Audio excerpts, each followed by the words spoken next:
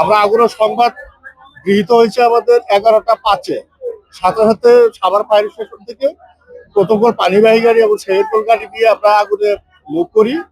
আগুনে আসার পরে আগুনের মানে মার্কেটের অবস্থাটা প্রচুর ধোঁয়া ছিল, এমনকি আগুনের ফ্লেমও ছিল। এটা দেখে আমাদের সাহায্য চাইলে আমরা জিরাপুর ফায়ার স্টেশন থেকে দ্বিতীয় গোলগাড়ি, পানিবাহী গাড়ি এবং বিশেষ পানিবাহী গাড়িটা মুভ করা হয় এবং আগুন আধা ঘন্টা প্রায় 30 মিনিটের ভিতরে 30 মিনিট চেষ্টা করে আগুন নিয়ন্ত্রণে সম্পূর্ণ নিয়ে আসা হয়।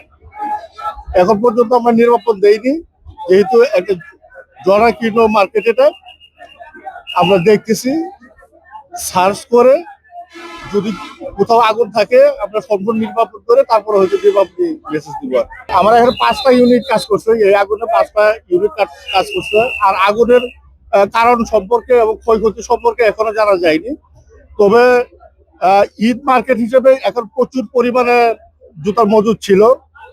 আল্লাহ রাব্বুল আলামিন অতি তাড়াতাড়ি আগুনটা নিয়ন্ত্রণে আনায় বড় ধরনের ক্ষয়ক্ষতির হাত থেকে রক্ষা পাওয়া গেছে। 200-র বেশি সার্ভিস ও ফিচারে লেনদেনের সব বিকাশ অ্যাপে সম্ভব।